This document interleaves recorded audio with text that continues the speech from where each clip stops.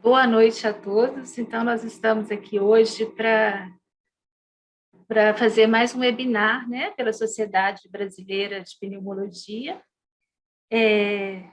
Esse webinar, esse encontro virtual, ele é patrocinado, tem um apoio dos laboratórios Axê, Behring, Glemark e Vertex. Nós estamos aqui com um time, né, de colegas que trabalham com a função pulmonar. Eu vou inicialmente apresentar a todos e depois, na sequência, a gente começa a discussão dos casos. A ideia é que quanto mais haja pergunta e discussão, mais interessante fica, né, essa sessão.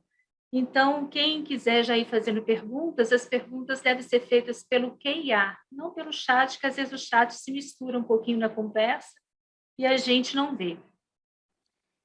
Então, inicialmente, eu vou apresentar o Dr. Pereira, que dispensa apresentação, mas sempre vale dizer, né? Ele é doutor pela pneumologia pela Unifesp, onde ele coordena o grupo de assistência e pesquisa em doença pulmonar intersticial, e também é o coordenador do Laboratório de Função Pulmonar do Centro de Diagnóstico do Brasil, CDB, aqui em São Paulo.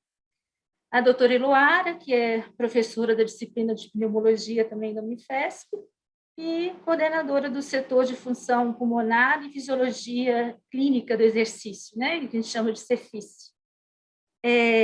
O doutor André, ele é pneumologista responsável pelo laboratório de função pulmonar do Hospital Sírio-Libanês e também é pneumologista no INCOR, né? Do Hospital das Clínicas da FAMUSP. Então, vamos começar, né? Vamos dizer assim, para esquentar a conversa, eu vou começar apresentando um caso. Eu vou dividir aqui a tela com vocês. Então, vamos lá. Está todo mundo vendo aí, né? Só me dá um ok. Tá. Então, o primeiro caso que a gente vai apresentar inicialmente, a gente sempre coloca, quando a gente vai discutir o caso, o questionário respiratório. Já realçando assim, a importância do questionário respiratório no laboratório de função, né? Uma vez que você não está presente ali a todo momento, que o paciente não deixa exames, isso é como se fosse ajudasse a gente na interpretação com uma história clínica. Então, o caso 1 se tratava de um paciente que tinha uma história de tabagismo, né? Fumava 20 cigarros por dia por 10 anos, então tinha uma carga tabágica de 10 maços anos. Quando a gente pergunta pelos sintomas especificamente, você vê que ele não tinha pigarro, não tinha catarro, e pergunta se seu peito estia com frequência. Aí ele respondeu não, mas escreveu na frente, raramente. Então, ocasionalmente, ele tinha chiado no peito. E em relação à dispneia, né, a falta de ar, ele tinha que em grau 2, né, que ele sentia dispneia ao caminhar o próprio passo no plano, ou dificuldade para acompanhar outra pessoa na mesma idade, seria então, como se fosse o MRC, né, grau 2.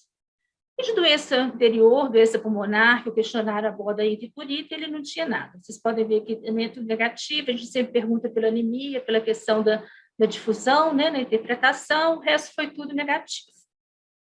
Então, eu tinha um paciente de sexo masculino, 37 anos, tabagista, que tinha um MC de 31, né? E a hipótese diagnóstica de asma, que tinha essa história recorrente de chiado e dispneia.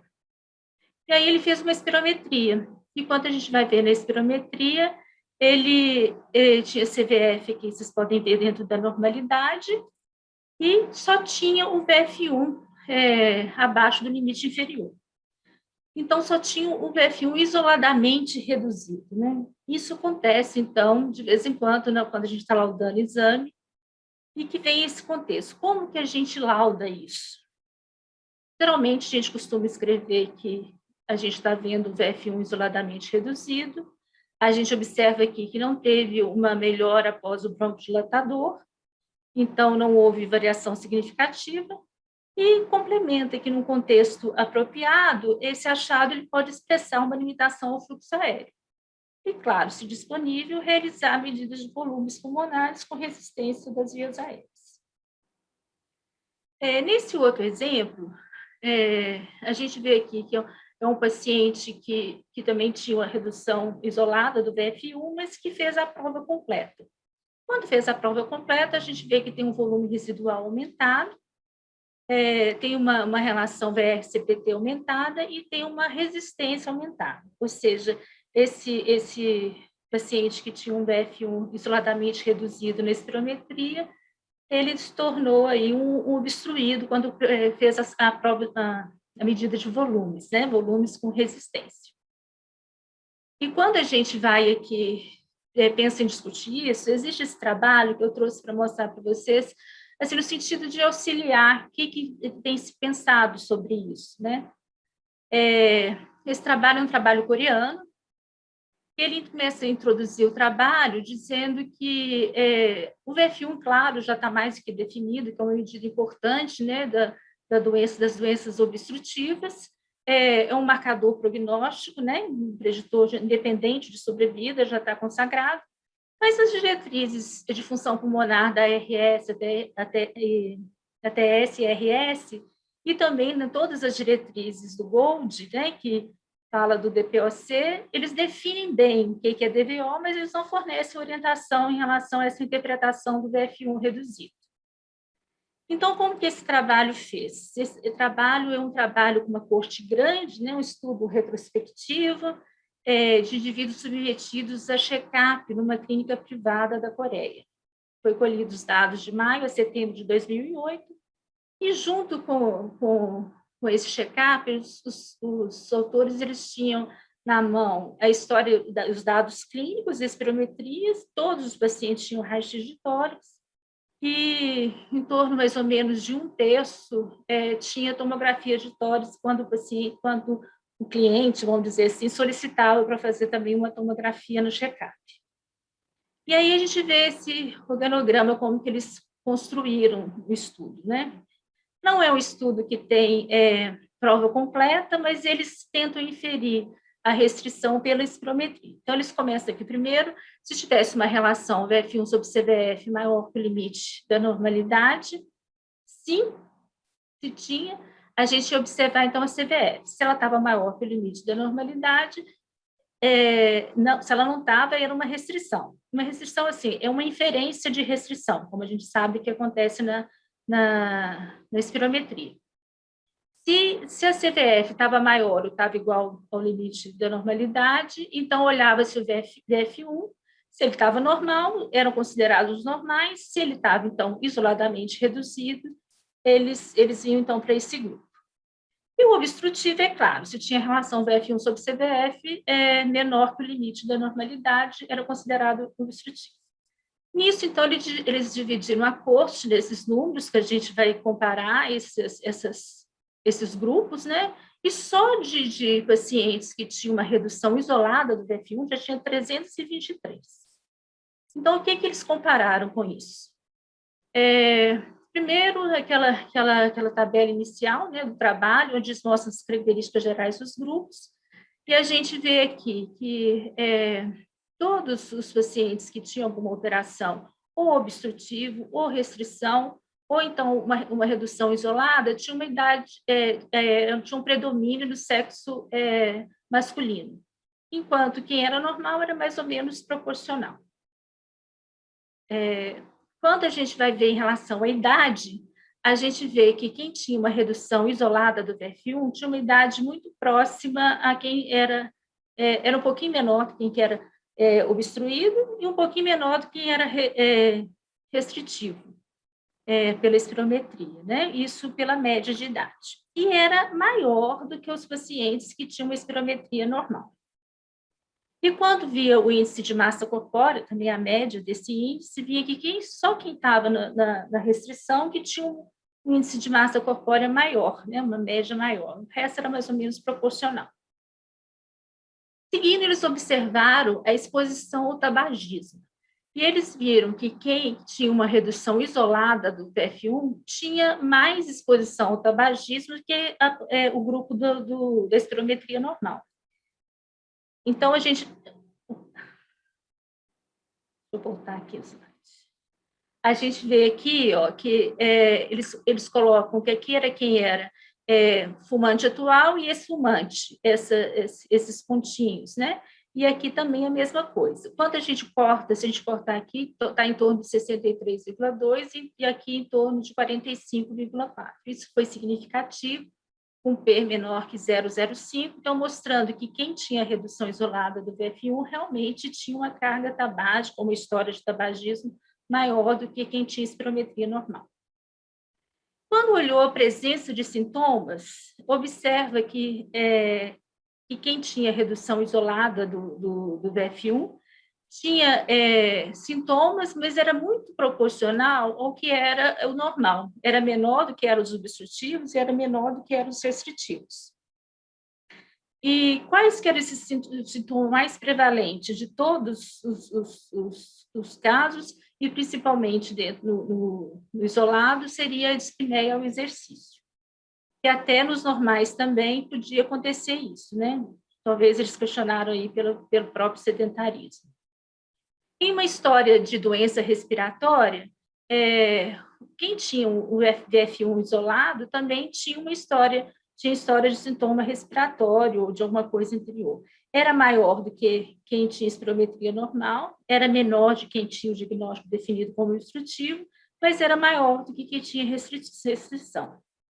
Ele chamou atenção que esses pacientes eles tinham uma história de TB antiga, tanto quem tinha uma redução isolada do VF1 como quem tinha obstrução. Eles realçam isso como se fosse uma sequela da tuberculose e evoluía aí com obstrução.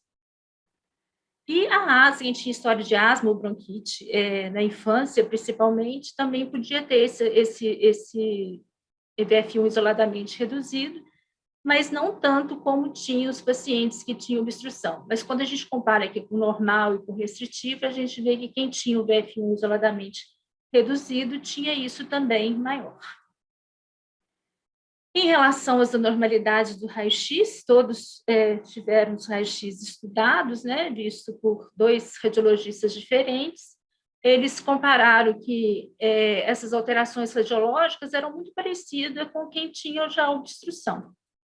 E tinha essa questão também de encontrar tanto quem tinha obstrução quanto quem tinha redução do VF1 isoladamente, essa história da TB inativa, né? E os pacientes que tinham tomografia também foram analisados e viram que quem tinha relação, o VF1 isoladamente reduzido, era muito parecido com quem tinha obstrução. Achava-se também na tomografia enfisema, e em alguns casos até mesmo bolhas. Então, com isso, os autores concluem que os indivíduos com uma redução de VF1 eles são diferentes dos indivíduos com espirometria normal, né? Então eles devem ser mais estudados, tem uma maior probabilidade de ser mais fumante, tem um histórico de doenças respiratórias e apresenta anormalidades radiológicas. Conclui que a redução isolada do VF1, então, ela não pode parar por ali, né, na espirometria, que a maioria das coisas que comunicam fala a favor mais da obstrução do que da restrição, e os autores questionam se isso pode ser um início, né, de doença, um estágio inicial de algum dos distúrbios, e talvez esse paciente tenha que ser melhor estudado, melhor tratado, às vezes, nessa fase, né? Então, é que medidas de volume é necessário. Funcionaria, talvez, como assim, o inespecífico, né, que você tem que seguir adiante, né, para ver o que realmente vai concluir como distúrbio, né? Não pode, quando não tem disponível os volumes, realçar essa alteração funcional. Então, era isso que eu queria apresentar. Eu vou passar agora para o doutor Pereira para dar sequência aos casos. Então, doutor Pereira, eu vou passar para você o controle. Pode ir? Você está bem? Ligar o áudio.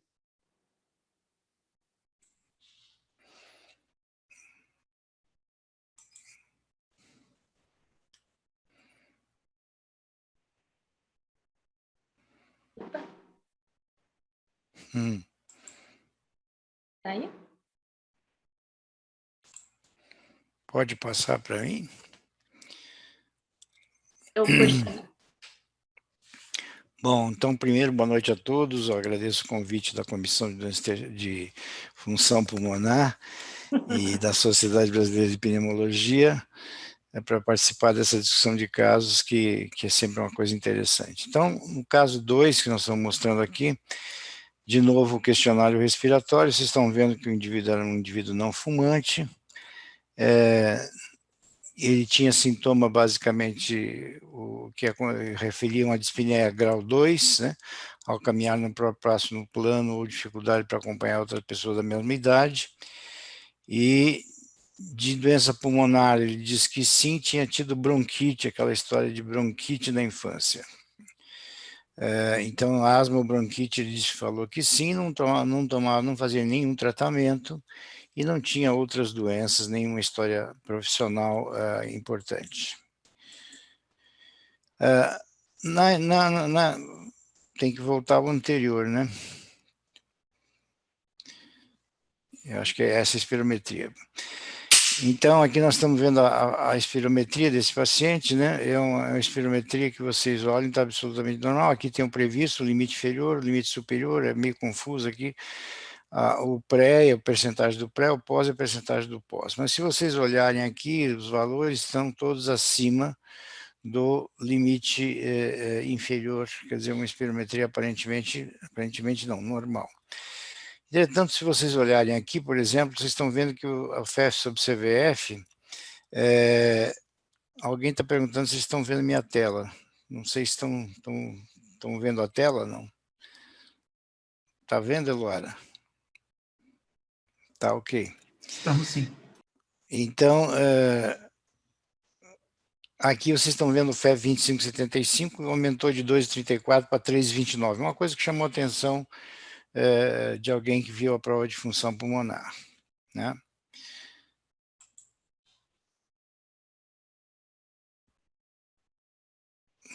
Aqui pulou um slide, né? Não, tá certo. Não, pode passar aí. De novo, estão vendo os volumes pulmonares, a resistência específica das vias aéreas, né? A única alteração que a gente está vendo aqui, que é a resistência das vias aéreas, em mulheres específica, né? Vai até 8 e ela tinha 9,88, portanto, ela tinha uma resistência das vias aéreas. Passar o seguinte, uma difusão completamente normal, né? Incluindo a KCO e o VA e assim por diante. Pode passar. Bom, então comentando aquela história do aumento do FEF 2575, né? Que aumentou de 2,34 para 3,29, um aumento que parece assim impressionante do ponto de vista numérico, né? Aqui vocês estão vendo a curva de fluxo-volume em azul antes do broncodilatador e em vermelho após o broncodilatador, né? Então, esse aumento, a discussão é, deve ser valorizados os fluxos na resposta ao broncodilatador? É uma pergunta que foi feita já há muitos anos, né? E nós vamos tentar explicar por que não se usa isso. Pode passar o seguinte, por favor? Então, a primeira coisa é o seguinte, como vocês viram anteriormente também, esse é o exemplo que está desenhado aqui, é semelhante ao caso que nós estamos apresentando. Vocês têm a capacidade vital aqui pós-BD e o pré-BD. Então, o que a gente percebe? Que houve um aumento tanto dos volumes da capacidade vital após o broncodilatador. O que isso implica? Quando a gente está medindo o fluxo no meio da curva, no pré-broncodilatador, a gente está medindo nesse ponto aqui, e no pós-broncodilatador nós estamos medindo um outro volume pulmonar diferente, porque agora a metade da capacidade vital está colocada aqui. Nós sabemos que os fluxos são dependentes do volume pulmonar, então nós deveríamos medir os fluxos de maneira corrigida, isto é, em isovolume, né, ou no mesmo volume pulmonar. Então nós devíamos medir aqui e aqui. Quando se fez isso em trabalhos muito antigos já, se viu que esse fluxo deveria aumentar 45% a 50% para exceder a variabilidade ao acaso. Lá nos anos 80, 90, né, existiam artigos que diziam que se o FEF 2575 aumentasse 25%, 30%, seria relevante. Mas quando se estudou isso do ponto de vista isovolumétrico, esse aumento teria que ser 45% a 50%. Então, nesse paciente, se vocês calcularem, vocês vão ver que ele não teve um aumento acima de 45%, nem de 50%. Houve um aumento do FEV 2575, mas não foi suficiente para ultrapassar esse número. E nesses trabalhos antigos também se mostrou que quando o FEV 2575 aumentava, ou o VF1 aumentava, ou a CVF aumentava, porque o VF1 pega o início da curva e a CVF pega o final da curva, de modo que o fluxo no meio da curva praticamente não acrescenta informação nenhuma. Os estudos mostram que esse parâmetro seria, então, além do computador não fazer essa correção de volume habitualmente, a análise desse fluxo seria redundante. Então vamos olhar agora o VF1, né? Eu não sei se está todo mundo vendo aqui à direita, né? Vou tirar da frente nossas figuras aqui. Vocês estão vendo o VF1 era 1,96 e foi para 2,18, né? Então é um VF1 que aumentou, na verdade, mais de 200 ml, né? Aumentou 200 e aqui 40 mais 180, 220 ml. Então a pergunta, esse aumento é significativo ou não é significativo, né? Pode passar o seguinte. Então nós temos 3 maneiras de expressar a resposta broncodilatador, né, que nós sabemos. A variação absoluta, que é fazer o pós menos o pré. Aqui um exemplo, né, o pré está 500, o pós 600, claro, variou 100 ml. Podemos fazer isso em comparação ao valor inicial, então o pós menos o pré dividido pelo pré, né, que é a variação percentual. Então, no mesmo exemplo, 600 menos 500 daria 20%. É um aumento aparentemente significativo, mas ele é pequeno, que não pode não exceder a variação que acontece ao acaso, né, após um placebo. E, finalmente, em comparação ao valor previsto. Então, se a gente pegaria o pré menos o pós menos o pré, e dividiríamos pelo previsto, o que deu aqui, no caso, 4%. Então, existem essas diversas maneiras na literatura. Todo mundo lembra? Pode passar o seguinte, por favor, Raquel. Todo mundo lembra que a ATS propôs, já há muitos anos atrás, baseado num trabalho do Surk, que é um trabalho, na verdade, pequeno, né, com 30 e poucos, 39 pacientes, né, uma avaliação após o placebo do VF1 em indivíduos com obstrução ao fluxo aéreo, e eles viram que a resposta poderia exceder, o limite poderia ser estabelecido em 200 ml e 12%. Por que eles colocaram as duas coisas? Como vocês viram no slide anterior, se o VF1 pré é pequeno, ele aumenta um pouquinho, ele já excede essa percentagem. Entretanto, ele não pode não exceder o valor absoluto. Então, nesse caso, o VF1 aumentou 220 ml, mas não aumentou os 12%, aumentou 11,2%. Então, pelo critério da TS, não seria uma resposta significativa. Eles juntaram as duas coisas exatamente para evitar, né, esse problema que eu mencionei anteriormente. Agora, em comparação ao valor previsto, né, esse paciente melhorou 10,7%. Então, é um aumento que a gente vai perguntar, e quanto que é esse aumento que tem que ser cedido? Pode passar o próximo. Então, existem várias maneiras de se estudar a resposta broncodilatadora. Uma delas é você pegar a população geral, todo mundo tem um tônus bronco de repouso, dar um broncodilatador e avaliar o 95º percentil da variação em relação ao inicial e ao previsto, né? Aqui está em relação ao VF1 inicial e em relação ao VF1 previsto. Então, vocês estão vendo aqui o seguinte, olhem essa última coluna, que são os 3 maiores estudos da literatura, eles têm aqui um com 3.922 indivíduos da população geral, o percentil 95 foi 9 nesse estudo, 10 nesse estudo e 9 nesse estudo. Então, a conclusão é a seguinte, se vocês pegarem um indivíduo normal e derem broncodilatador e a resposta exceder 10%, essa resposta não é normal, porque os indivíduos normais, e esse doente tinha uma espirometria normal, então tem que ser considerado uma variação significativa, na verdade, 10%, o que ele realmente ultrapassou. Então, o que nós vimos na volta anterior, por favor, Raquel?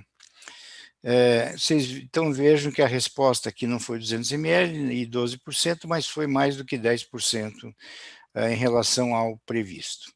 Pode passar, por favor. E qual é a vantagem de fazer em relação ao previsto? Em relação ao previsto, ele já corrige automaticamente para a idade, sexo e estatura, né? Desde que o VF1 previsto está no denominador. Então, a gente não precisa fazer malabarismo de comparar o incremento absoluto e o incremento percentual. Pode passar.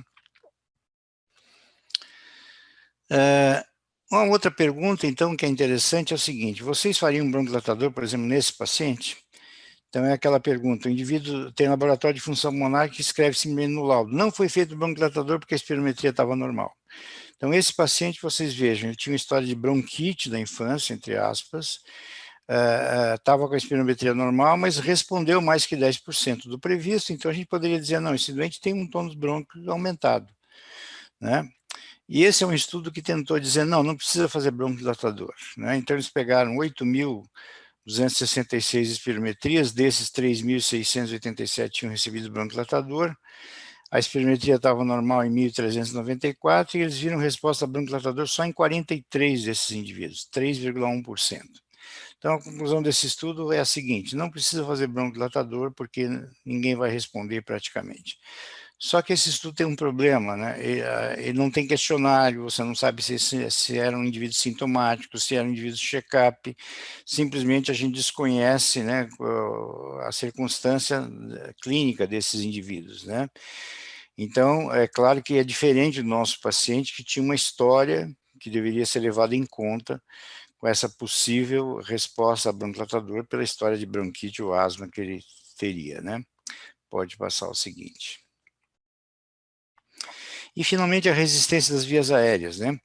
A resistência das vias aéreas, então, aumentou, caiu, aliás, né, de 9,88 para 6,39, teve uma queda de 36,3%, vocês estão vendo aqui a resistência à condutância das vias aéreas, né, diminuída, a resistência, portanto, está aumentada. E essa queda de 36%, a pergunta é significativa? Pode passar o seguinte, por favor. Tudo feito lá no nosso laboratório, né, em que a Andrea pegou 190 pacientes com DPOC, depois de 400 microgramas de salbutamol e avaliou a prova funcional completa antes e depois do broncodilatador. Então, vocês estão vendo que quase 60% dos indivíduos com DPOC, se a gente pegar alguma resposta, eles responderiam para algum parâmetro. Então, a obstrução irreversível, na verdade, na maioria das vezes, é reversível em DPOC. O parâmetro mais sensível para detectar a resposta, quem foi? Foi a queda da resistência às vias aéreas de 35%, que é a coluna vermelha. Aqui vocês estão vendo depois, né, o VF1, né, ele está aqui e assim por diante, né. Pode passar o seguinte. Então, quanto que nós usamos para concluir de resposta broncodilatador? O VF1, a gente pode dizer que existe uma resposta estatisticamente significante. O que é isso? É aquela que ou excede a variabilidade ao acaso, após o placebo, por exemplo, no obstruído, né? Então, o famoso 12% inicial de 200 ml da ATS, ou 7% do previsto, como no trabalho que foi feito aqui no Brasil, né? Esse 7% do previsto dá um resultado semelhante a 12% com 200 ml. A CVF, 7% do previsto 250, a CI está aqui 10%, 300 ml, e a resistência 35%, que são 2 trabalhos na literatura. E, finalmente, aqui embaixo vocês estão vendo o que é clinicamente significante. É uma tentativa, né? Então, quando a gente sabe que quando o VF1 aumenta mais que 10% e assim por diante, a CI, né, ela cai mais que 10% do previsto, ou 300 ml, o volume residual mais que 400 ml, enfim, isso correlaciona com a melhora da dispneia e o desempenho do indivíduo no esforço. Nesses 2 estudos da resistência às vias aéreas também se viu, são os mesmos, estão aqui, que essa queda de 35% também se associava com a melhora da dispneia dos indivíduos durante o esforço. Portanto, essa queda de resistência, além de estatisticamente significante, ela também é clinicamente relevante.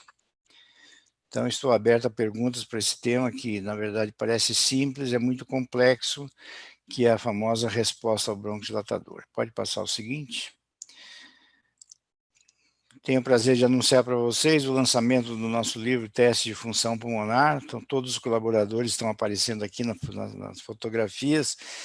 Então, o André, a Eloara, a Raquel, todos colaboraram com esse livro, e vai ser lançado agora no Curso Nacional de Atualização. Ele vai estar pronto, então, na primeira quinzena do próximo mês, e para o André e para a Eloara, que não viram ainda, a gente vai mandar a cópia para vocês olharem. Nós achamos que ficou bem bonitinho. Muito obrigado. Volto a você, Raquel. Muito obrigada, doutor Pereira. E vamos dar sequência, então, com o André, né? E as perguntas, pessoal, estou vendo que vocês estão mandando direitinho, ótimo, a gente vai discutir no final, tá bom? Você agora, então, André. Obrigado pela organização do convite, e realmente é um prazer participar dessas discussões. Vou mostrar para vocês um casinho, deixa eu compartilhar aqui.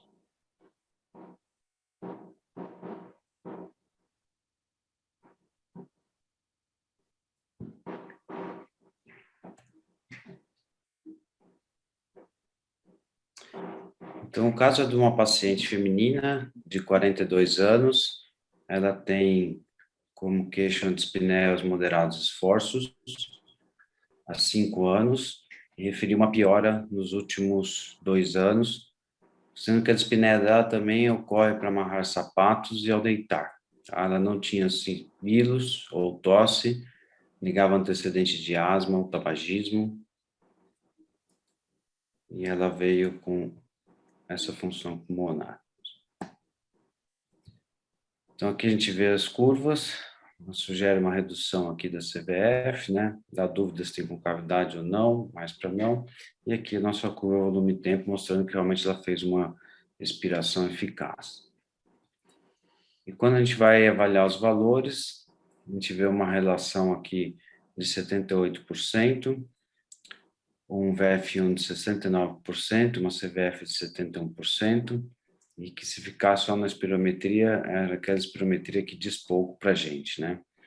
E ela fez medidas de volumes pulmonares, e com a medida de volumes pulmonares acabou ficando mais claro que ela tem uma redução da CPT, um volume residual dentro da normalidade, e uma redução leve da DLCO, mas quando a gente corrige pelo volume alveolar, que deu 109% previsto, que acabou normalizando. Então, caracterizava mais um distúrbio restritivo, e essa redução leve da DLCO era mais relacionada a um componente de hipoventilação alveolar. E veio com esse raio-x, que aí sim chamou bastante atenção. A gente vê uma elevação da hemicúpula diafragmática esquerda, né? A gente pode ver aqui uma alça intestinal, né? E, então, aqui realmente ficou suspeito que essa paciente tinha uma dispneia relacionada, eventualmente, um comprometimento do hemodiafragma esquerdo, uma paralisia diafragmática unilateral, com redução de volume pulmonar, que a gente pode ver na função pulmonar. Tá? Esse era o maior suspeito da causa de dispneia. Ela não tinha antecedentes da parte brônquica, igual nós vimos, né, tanto de asma como tabagismo. Então, aqui ficou a possível causa de dispneia dela. Aí nós fizemos a medida de força, e aí realmente ela tem uma redução de força inspiratória, a gente pode ver isso pela Pmax, deu menos 64, 68% do previsto. A força expiratória dela está preservada, e aqui no laboratório a gente consegue fazer algumas medidas mais específicas, no caso o SNP, que é a manobra de fungar, e acabou confirmando a fraqueza inspiratória que a gente tinha visto na Pmax, e uma medida mais específica ainda relacionada ao diafragma, a gente dá um estímulo frênico, e a gente vê que, na verdade, a pressão transdiafragmática dela é reduzida. Então, realmente confirmou uma fraqueza inspiratória, como provável causa dessa dispneia dela, já de 5 anos, com piora recente. Aqui eu pus um slide ilustrativo da tomografia de impedância elétrica. Alguns dos colegas acabam utilizando principalmente UTI, e aliás, nessa época do Covid acabou ficando mais utilizada ainda, que a gente tem uma ideia da distribuição da ventilação, e como esperado nessa paciente, a gente vê que a ventilação dela predomina muito mais à direita do que à esquerda, né? Então, onde a gente tem o azul, principalmente o azul claro, é onde a gente vai ter uma maior ventilação alveolar, e à esquerda a gente vê menos. E quando vai quantificar isso numericamente, a gente vê que está 75% indo para o pulmão direito e 24% para o pulmão esquerdo. Eu pus aqui um trabalhinho interessante, eu acho que vai apresentar um caso relacionado a exercício, então é bom fazer um link aqui também. Esse trabalho a gente investigou justamente o mecanismo de dispneia, de força inspiratória e capacidade de exercício nesses pacientes com paralisia diafragmática unilateral. E a gente vê que esses pacientes, no geral, têm essa relação apresentada no caso, né, uma redução tanto do VF1 quanto da CVF, com uma relação normal. Tá? Alguns pacientes acabam tendo uma variação da CVF na posição deitada, então aqui uma queda de 12%, mas isso nós já até investigamos anteriormente, não é um critério tão sensível, tá, para a gente fazer diagnóstico de paralisia diafragmática.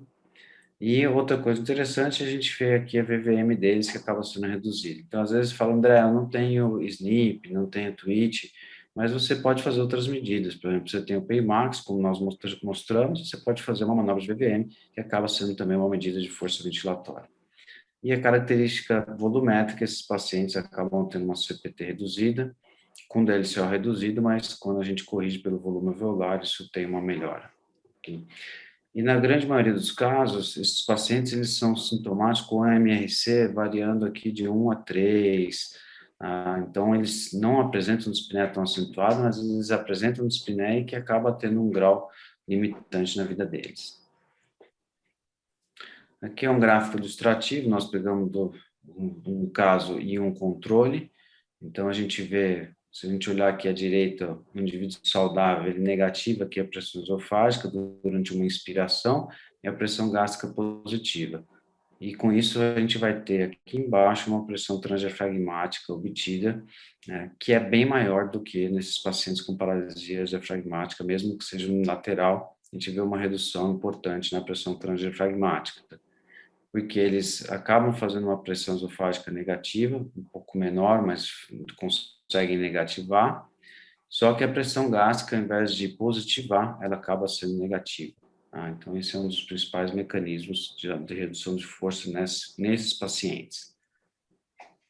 E fazendo o link com o exercício, é interessante porque esses pacientes, eles acabam fazendo um consumo de oxigênio similar ao indivíduo saudável, que aqui está em verde, só que a diferença é que o indivíduo saudável ele vai mais longe, então ele atinge uma carga maior, tá?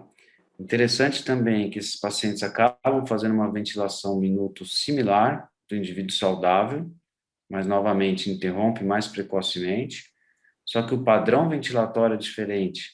A gente tem aqui um volume corrente similar, só que a frequência respiratória acaba sendo bem mais acentuada no paciente com paralisia diafragmática do que no indivíduo saudável, no indivíduo controle. E a gente vê da parte de sintomas que esses pacientes acabam tendo maior grau de dispneia durante todo o incremento de carga do teste de esforço deles. Então, esse padrão respiratório, ele teve uma associação com maior dispneia no esforço.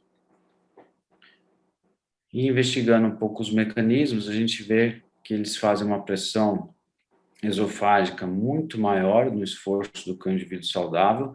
Não é que o saudável não consiga gerar essa pressão esofágica, é que ele não precisa gerar essa pressão esofágica, não é vantajoso para ele. E essa pressão esofágica aqui aumentada, na verdade, é um reflexo de um recrutamento excessivo dos músculos respiratórios acessórios, que a gente comprova aqui com a eletromiografia de superfície, justamente do escaleno, um dos músculos respiratórios acessórios, que a gente vê que na paralisia diafragmática unilateral, ele é muito mais recrutado do que no indivíduo controle. Tá?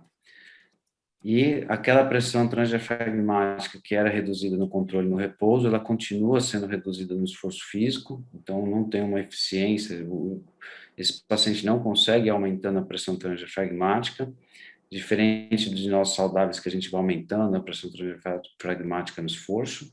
Tá? E, novamente, aqui a gente tem a parte de dispneia. Esse gráfico é interessante porque a gente vai comparando como se fosse na isoventilação, né, para a gente gerar a mesma ventilação. A gente percebe que o indivíduo com paralisia diafragmática unilateral, ele acaba tendo um maior grau de dispneia para gerar a mesma ventilação do indivíduo controle. É isso aí. Tá joia, obrigada, André. E a gente vai passar pelo ar e, na sequência, a gente responde as perguntas, tá, pessoal? Eu vou pedir para vocês mandarem as perguntas nesse QIA que está aí abaixo do vídeo, ao invés de mandar pelo chat. Mas o que mandou pelo chat eu vou também passar, só para não se perder. Ok, boa noite a todos. Agradeço o convite. Deixa eu só tirar a tela de todo mundo aqui. Vocês estão me ouvindo bem, Raquel? Tá, tranquilo, pode ir. Tá bom. Então, a gente vai falar um pouquinho sobre fisiologia do exercício. Para quem me conhece, eu sempre trago casos de hipertensão pulmonar, mas, dado o momento atual, achei que um caso diferente, não diferente do contexto da pandemia, mas do que a gente lida normalmente no dia a dia na fisiologia do exercício. Então, esse paciente é um paciente de 52 anos, saudável, fazia atividade física regular. De antecedentes pessoais, a única coisa era o hipotiroidismo, testou positivo para o Covid-19 e passou a ter piora clínica no 6º dia de sintomas.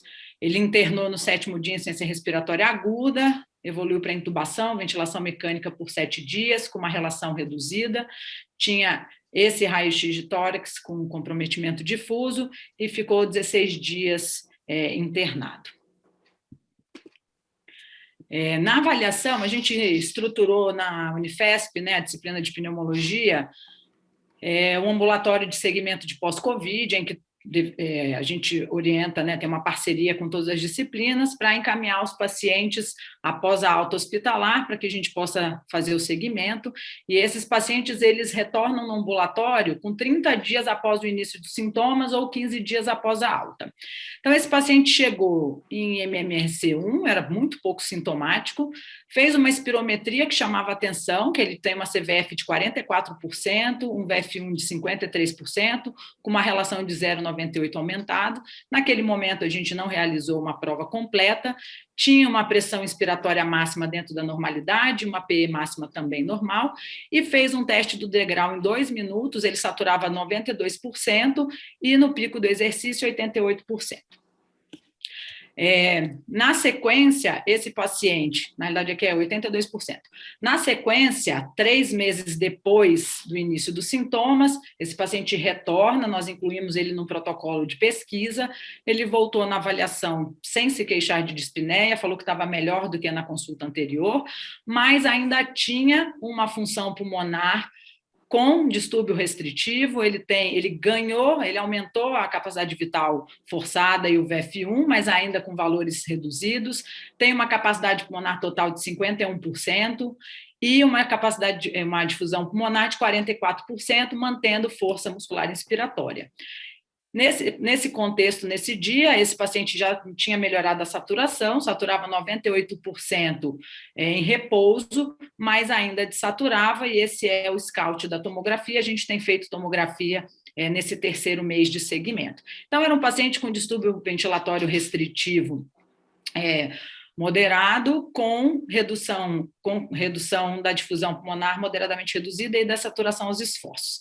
Esse paciente foi submetido a um teste cardiopulmonar, e se a gente fosse pensar, né, baseado na função pulmonar, na clínica, não na clínica, porque ele é pouco sintomático, mas nas alterações radiológicas, é um paciente que, previamente ao teste, eu imaginaria que ele tivesse uma capacidade aeróbica reduzida. E, para nossa surpresa, esse paciente tem um consumo de oxigênio de 102% do previsto, são esses pontilhados em vermelho, aqui é a produção de CO2, no pico do exercício ela fica maior do que o consumo de oxigênio. Ele tem o limiar de lactato em 58% do previsto, que está dentro da normalidade. Das respostas metabólicas ainda, ele tem um consumo de oxigênio para carga com incremento linear, mas tem um discreto platô no final do exercício, o que fala a favor de algum componente cardiocirculatório, mas a inclinação encontra-se dentro da normalidade, atingindo aí uma carga de 150 watts. Se a gente for pensar no indivíduo sedentário, né, homem, normalmente 150, 180 watts no ciclo ergômetro, mulher até uns 150 watts para uma mulher sedentária abaixo de 50 anos, só para vocês terem noção da carga, ele fez uma carga muito boa, até porque depois de todas as complicações do Covid. Na avaliação cardiocirculatória, ele tem um pulso de oxigênio de 98%, com uma morfologia com incremento normal e uma relação da frequência cardíaca VO2, ou seja, o quanto que aumenta a minha frequência estimulada pela demanda metabólica, com um comportamento linear, sem mudança de inclinação, com comportamento fisiológico. Das respostas ventilatórias, esse paciente atingiu uma ventilação de 120 litros, mais ou menos. Aqui tem a ventilação voluntária máxima, ou seja, muito próximo da ventilação voluntária máxima. E quando a gente olha as respostas do volume corrente da frequência respiratória, interessante o André ter mostrado o que acontece na paralisia diafragmática, porque você tem uma restrição da mecânica ventilatória. Olha que interessante. Esse paciente, ele aumenta o volume corrente de 400 para 1 litro e 400. Se a gente for olhar habitualmente, até estaria dentro do esperado, aí umas 3 vezes o valor normal. Mas, no final do exercício, cai esse volume corrente e observem a curva em azul. Esse paciente termina o teste de exercício com uma frequência respiratória de 90 incursões por minuto. Isso está certo, tá? Não é erro de leitura. E vocês imaginarem respirar 90 vezes por minuto é algo extremamente desconfortável. Quando a gente olha a VVM que está aqui, ele atingiu 0,87, tendo esgotado a sua reserva ventilatória. E quando a gente avalia a relação da frequência respiratória para o volume corrente, para a gente entender a proporcionalidade, essa relação deveria ficar entre 20 e 25, e esse paciente tem uma relação mais ou menos em 0,75, se a gente for calcular no pico do exercício, mostrando um trabalho extremamente alto do ponto de vista ventilatório, uma desvantagem mecânica. Nas avaliações ventilatórias e de trocas gasosas, esse paciente tem uma relação VEV-CO2, ou seja, a ventilação para a produção de CO2 no limite superior da normalidade, ou seja, a minha ventilação ela deve ser estimulada pela produção muscular, né, de CO2, e no final do exercício, quando a gente entra em acidose metabólica, a gente tem um estímulo extra dessa ventilação. Nessa fase linear, aqui a gente tem um discreto aumento dessa resposta, estando no limite superior da normalidade, e chama a atenção que esse paciente começa o exercício com uma ventilação para a produção de CO2 muito alta, em torno de 50, ele tem até o comportamento fisiológico, mas tem um menor ponto aqui em torno de 32, 33, mostrando que tem um reajuste da ventilação para a produção de CO2, mas tem uma alteração durante o exercício. E a relação pressão expirada final de CO2, ela começa levemente reduzida, aqui em torno de 32, 33, tem um comportamento fisiológico, mas mantendo ainda valores um pouco menores do que seria o habitual, mas 37 é um valor dentro de normalidade, e tem um acréscimo aí de mais ou menos 5 pontos até o limiar. E ele tem dessaturação, paciente que satura em 97 em repouso e termina o teste de exercício com 89%. No protocolo, a gente colhe gasometria em repouso e durante o exercício, até para a gente entender o que mais está acontecendo no exercício. Às vezes, a gente não sabe explicar os componentes que influenciam a ventilação, a alteração da mecânica ventilatória, e ter a avaliação das trocas gasosas durante o exercício pode aumentar a explicação dos componentes fisiopatológicos. Se a gente observar aqui, então, na coleta da gasometria, esse paciente tem uma PaO2 de 80, ou seja, está normal para ele, que o limite era 73, e ele tem uma hipoxemia induzida pelo exercício extremamente importante, com queda acentuada da PaO2, e observem o gradiente alvéolo arterial de oxigênio, que estava normal no repouso, mas durante o exercício, esse valor subiu até 40 no limiar anaeróbio e 35 no pico do exercício. Esse valor deveria estar aí até uns 15 em repouso, subindo até mais ou menos 25 o gradiente alvéolo arterial no esforço máximo, mostrando um aumento do gradiente alvéolo arterial durante o exercício. Em relação às trocas gasosas para o CO2, esse paciente tem a PaCO2 no limite inferior da normalidade, durante o exercício ela se reduz. O esperado é que a gente tenha um pequeno ajuste do gás carbônico durante o exercício, não é para ter um delta de resposta muito grande. E quando a gente analisa a pressão alveolar menos o entido, a pressão expirada final de CO2, o normal em repouso é mais ou menos 0, mais ou menos 2. Esse paciente tem uma resposta normal e que se negativa durante o exercício, mostrando que esse componente de troca do CO2 está preservado. Mas, quando a gente olha o espaço morto como fração do volume corrente, ele tem um aumento da relação VDVT, com o espaço morto dentro da normalidade em repouso. Durante o exercício, esse espaço morto aumenta muito durante o exercício e a relação espaço morto para o volume corrente, que é o que a gente usa de troca gasosa, se mantém elevado. Ele reduz, mas se mantém elevado durante o exercício. O normal seria começar em 30 e terminar abaixo de 0,20, e aqui vocês podem ver a diferença que esse paciente tem de espaço morto no pico do exercício. Então, o teste de exercício desse paciente chama atenção pelas alterações da função pulmonar, que ele tem uma capacidade aeróbica preservada, ele tem um comprometimento cardiorrespiratório no pico do exercício, uma vez que tem um platô do consumo de oxigênio para carga, sem a amputação da parte ventilatória, apesar de estar reduzida, não tem uma mudança, né, um platô da ventilação. Presença de limitação ventilatória de trocas gasosas e respostas ventilatórias levemente excessivas com a relação VEV-CO2 no limite superior da normalidade. Além disso, esse paciente tem hipoxemia induzida pelo exercício, com aumento do gradiente alvéolo arterial de forma pronunciada, com aumento da relação do espaço morto para o volume corrente. Na sequência, esse paciente fez outra avaliação, e em 180 dias ele melhora a capacidade vital, melhora ainda o F1, mas continua tendo um distúrbio restritivo com uma CPT ainda reduzida e uma difusão pulmonar reduzida com o teste do degrau com dessaturação. Aqui a gente compara a tomografia de 3 meses, que tem bastante alterações do ponto de vista sequelares fibrosantes e que se perpetua ainda com 6 meses.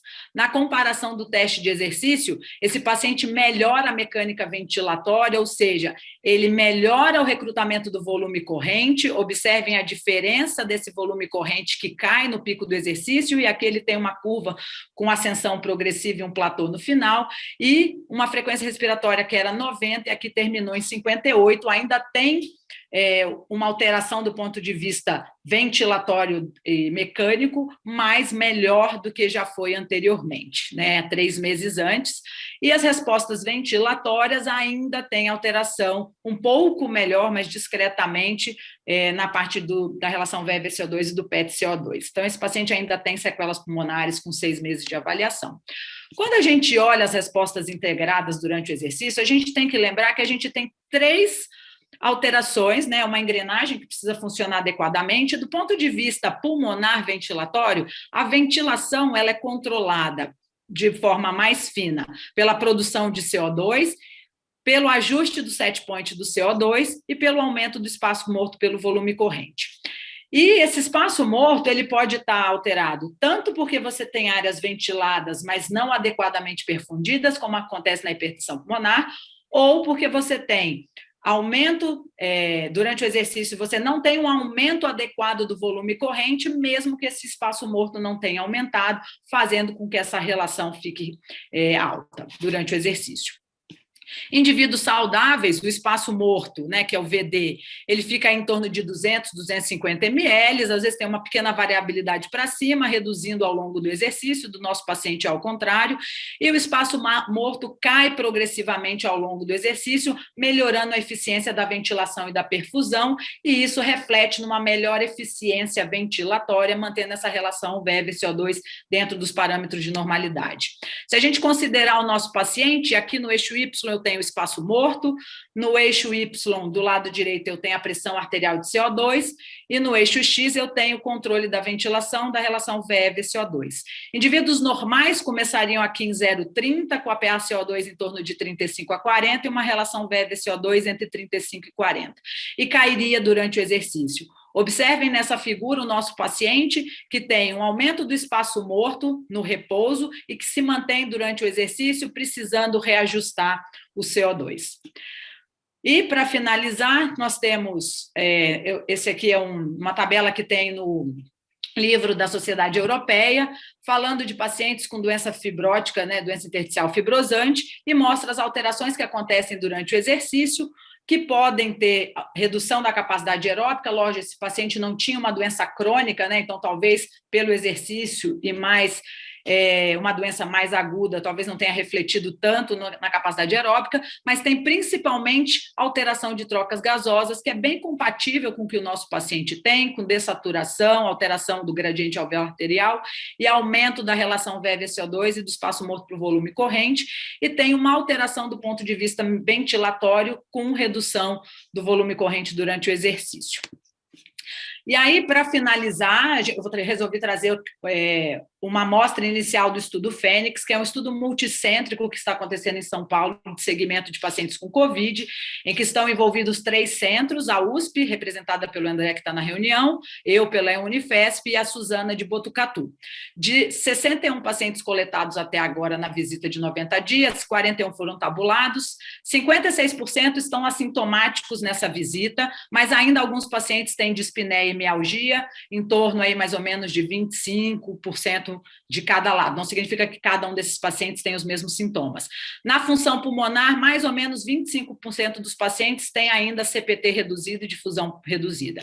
E em relação ao exercício, que era o foco, mais ou menos 20% a 25% tem a capacidade aeróbica reduzida, mas o que mais chama atenção é a ineficiência ventilatória, com aumento da relação VV-CO2 em quase 50% da amostra, dessaturação, hipoxemia induzida pelo exercício e aumento do gradiente alveolar arterial, e um aumento persistente do espaço morto pelo volume corrente no pico do exercício, mostrando que esses pacientes têm uma ineficiência ventilatória ainda muito grande, mas, de forma interessante, 38 desses 41 pacientes tiveram melhora significativa na imagem, e aí isso chama atenção que na SARS-CoV-1 eles demonstraram que a imagem não é melhor do que a função pulmonar para avaliação das sequelas pulmonares nos pacientes pós-infecção por Covid-19. Muito obrigada. Joia, Luara, eu agradeço. E então agora a gente vai para a sessão aí de perguntas, né? Então chegaram algumas aqui e tinha outras que o pessoal já tinha mandado.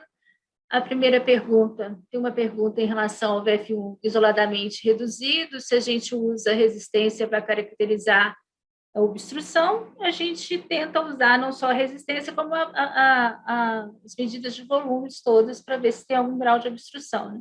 Geralmente o paciente chega para a gente com um pedido, né, e a gente faz, quando não tem a prova completa, essa sugestão de complementar o exame. Aí depois passa para as questões da prova broncodilatadora, para o doutor Pereira, e pergunta se, em relação à resposta pós-BT, podemos avaliar a resposta da CV e da CI. E aí já emenda com outra que está aqui, Pereira, se você considera que tem significado clínico a variação da CV lenta.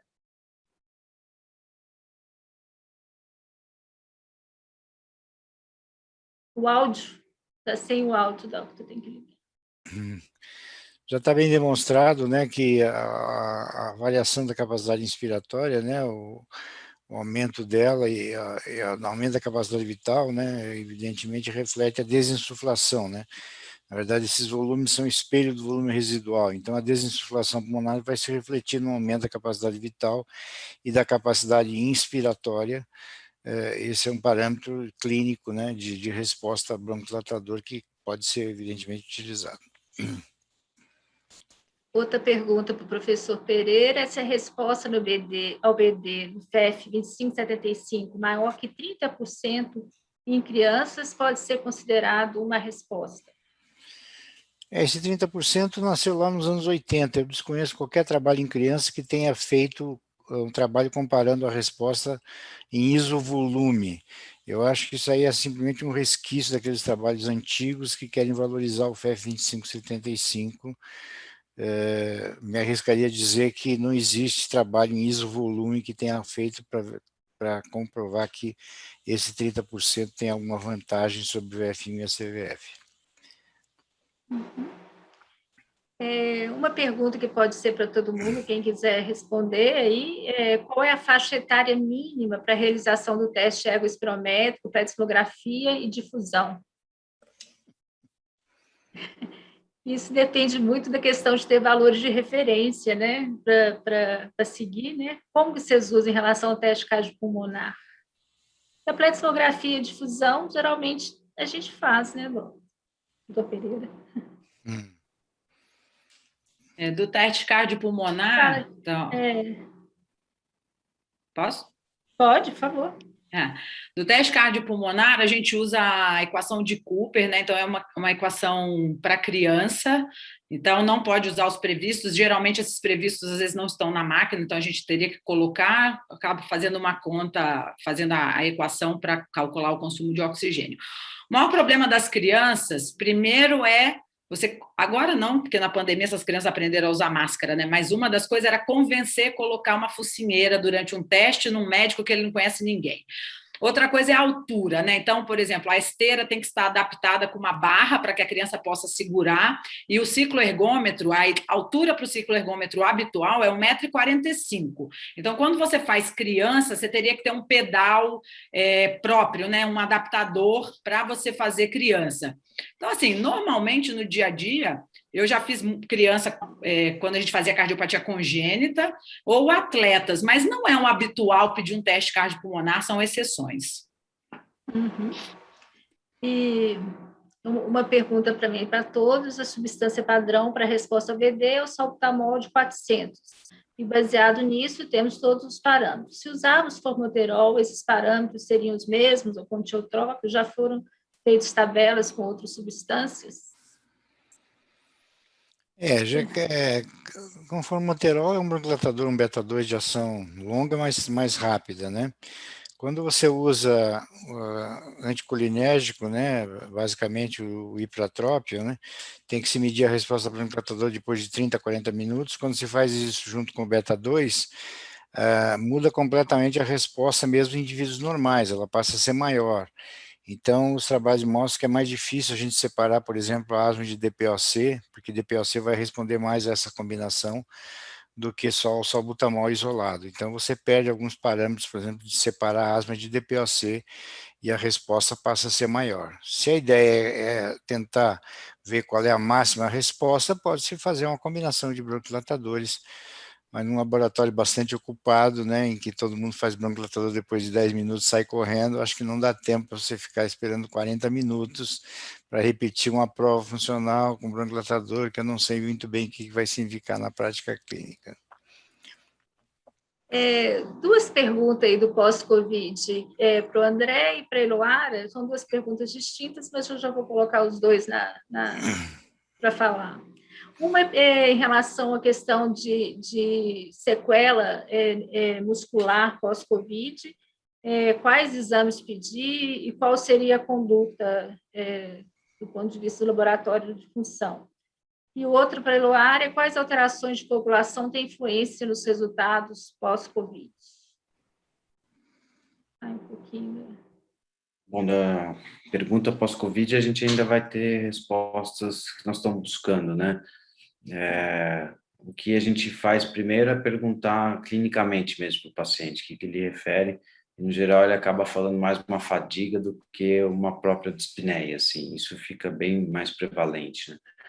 E a gente ainda não tem os dados de força periférica, que é uma coisa que está sendo coletada, mas a gente percebe, em geral, principalmente no teste de esforço em bicicleta, onde você sobrecarrega mais ou menos inferiores, que muitos deles acabam interrompendo por cansaço, a gente chama de fadiga de membros inferiores, né? E Eloara? Nossa, me perdi. Eu vou voltar aqui a pergunta. Prestei atenção em tudo que a André estava respondendo, que eu me perdi. Estava bom de ouvir, né? Se você acha que as alterações de população têm influência nesses resultados pós-Covid. Tá. Tem dois trabalhos que saíram. Tem um trabalho que é muito pequeno, mas que eles correlacionaram que o dímero D tem a persistência do dímero D alto ou o aumento significativo, né, um valor mais alto na internação poderia justificar essa difusão mais baixa que a gente tem visto nos pacientes, mas é um trabalho pequeno, tem uma correlação, se eu não me engano, de 0,4 mais ou menos, e que nesses pacientes que internam em terapia intensiva, que tem mais lesões, a gente sabe que tem lesão microvascular, que talvez isso poderia ser um dos fatores que perpetuam. Se a gente pensar nos trabalhos anteriores de longo prazo da SARS-CoV-1, às vezes o paciente tem CPT normal, imagem normal, e ainda tem a difusão comprometida, o que fala a favor de lesão da membrana alvéolo arterial ou lesão da microvasculatura. Então, assim, eu acho que isso é uma das coisas que a gente está estudando agora nesse projeto Fênix, né? A gente tem parceria com a FAPESP, terminamos de conseguir uma parceria com o Fleury, até para fazer a tomografia de dupla energia, para a gente avaliar a perfusão junto com as sequelas, né, para entender o que realmente tem ficado de mais significativo nesses pacientes, principalmente aqueles que ainda continuam com dessaturação, difusão baixa, com uma tomografia que melhora absurdamente, né? Então, esses seriam os dados iniciais. Só tomar cuidado com diminuir, né? Porque ele reflete coagulação, mas também reflete a parte inflamatória, né? Então, é difícil. Pois é, pessoal, eu tenho várias perguntas, a gente vai responder depois essas perguntas por e-mail, a gente está chegando ao final dessa sessão, eu tinha me comprometido a dar uma notícia aí dessa questão de funcionamento do laboratório em época de pandemia e veio 2 perguntas em relação a isso. Então, eu vou chamar todo mundo, quem quiser falar, pode falar, mas é só lembrar que é o seguinte, aquela recomendação que a gente construiu, que ela está lá no site da sociedade desde maio, é uma recomendação condicional. Então, se vocês acompanharam lá, fala que de acordo com a fase da pandemia em cada região, como que deve funcionar.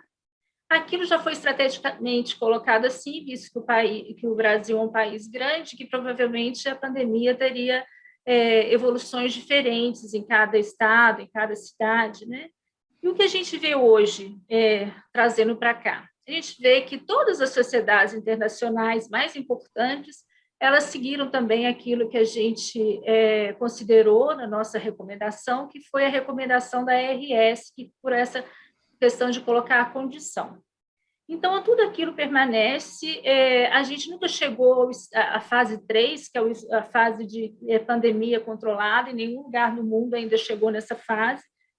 Tivemos assim, uma maior tranquilidade aí pós-pico, mas agora a gente está chegando no outro pico, a gente já está dentro dele, né? Então, o que a gente considerou desse tempo, a gente diminuiu o tempo, né, aumentou o tempo de realização dos exames por essa questão da desinfecção de sala entre um paciente e outro.